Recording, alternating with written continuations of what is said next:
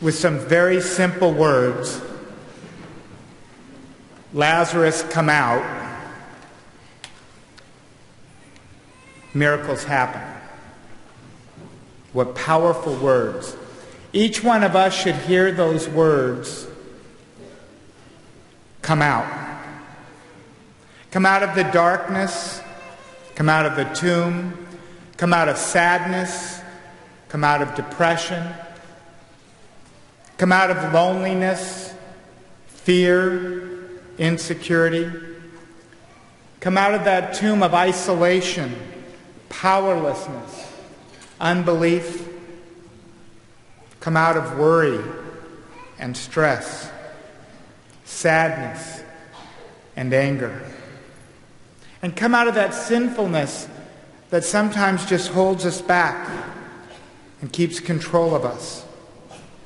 And I want to know, do you hear that call? Do you hear that command, come out? Because what we normally do when things are difficult or we're faced with difficult situations, we go in. And we think we can't handle this. This is too much. It's overwhelming.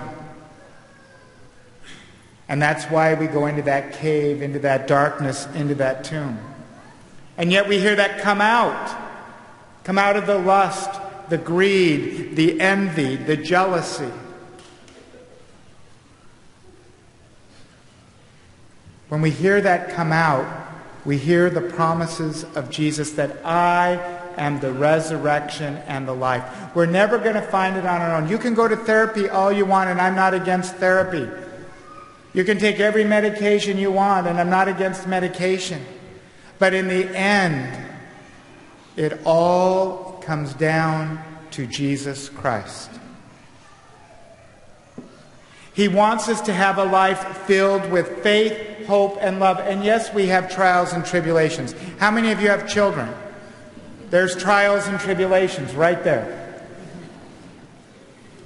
Come out. You might be saying, yes, Satan, come out of them. And then Jesus says, and listen to this, he says it to the other people, he says, untie him and let him go. He tells others to unbind Lazarus. Jesus knew that Lazarus couldn't do it by himself. And how often when we get in that dark place and we get caught up in the trials and the tribulations and we feel attacked and we feel beat up, do we feel like we're all alone and the last thing we want to do is let somebody help us? But with that simple command, come out, and the help of others, Lazarus was freed from the darkness and death. And the same comes to us too.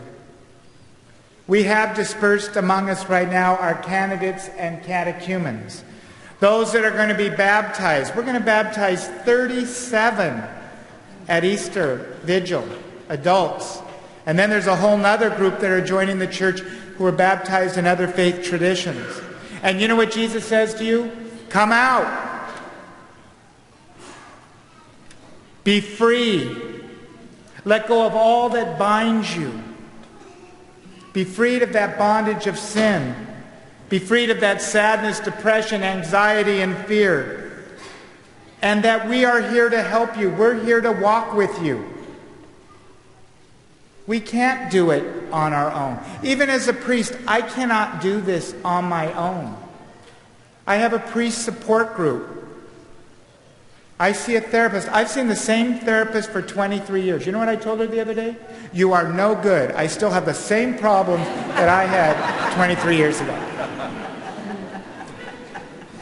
I have my priest support group.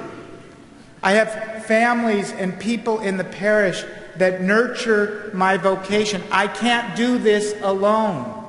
And you can't do it alone. You can't raise your children alone. You know, I adopted children. I have 7 children. Do you think people think, oh, you were so wonderful? No, I didn't. I just passed them off on people.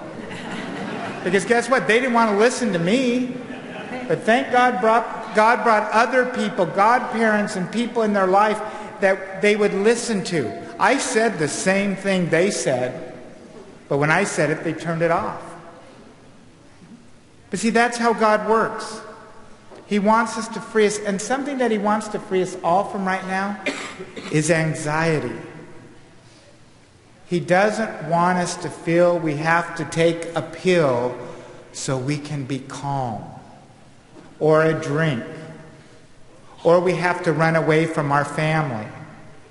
What he wants us to know is that, guess what? Even amidst the trials and the struggles that we go through in our everyday life in our families, guess what? You can experience peace in Jesus Christ.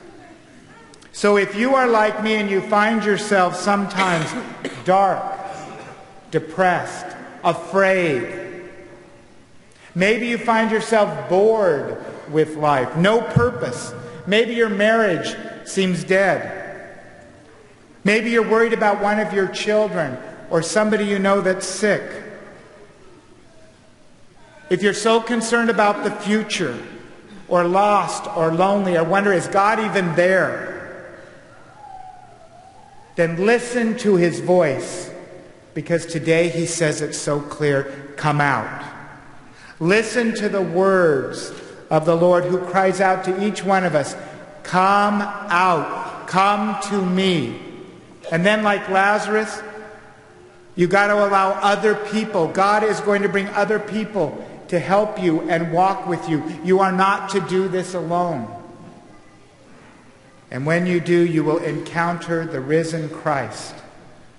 Because he is the way, the truth, and the life. We have to surrender ourselves to him every day. Every day.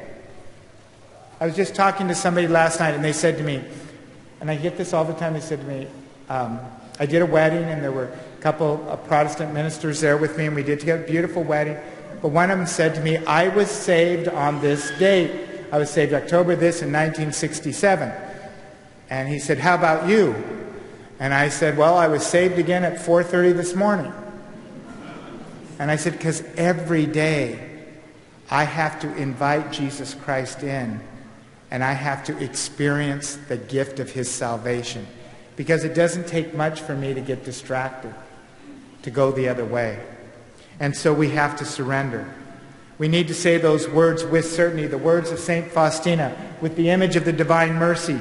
Jesus, I trust in you. I don't understand this in my life right now. I don't want this in my life right now. Please, Lord. But then we say, Jesus, I trust in you. And just when you say those words, just in your mind, you say those words, you watch the peace that will come over you. The invitation is there just as it was for Lazarus. Come out.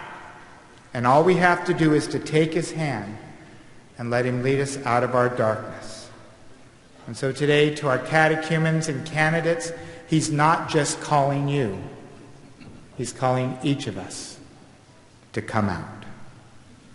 This time I would like to invite Margot Hellman, the director of our RCIA, to come up.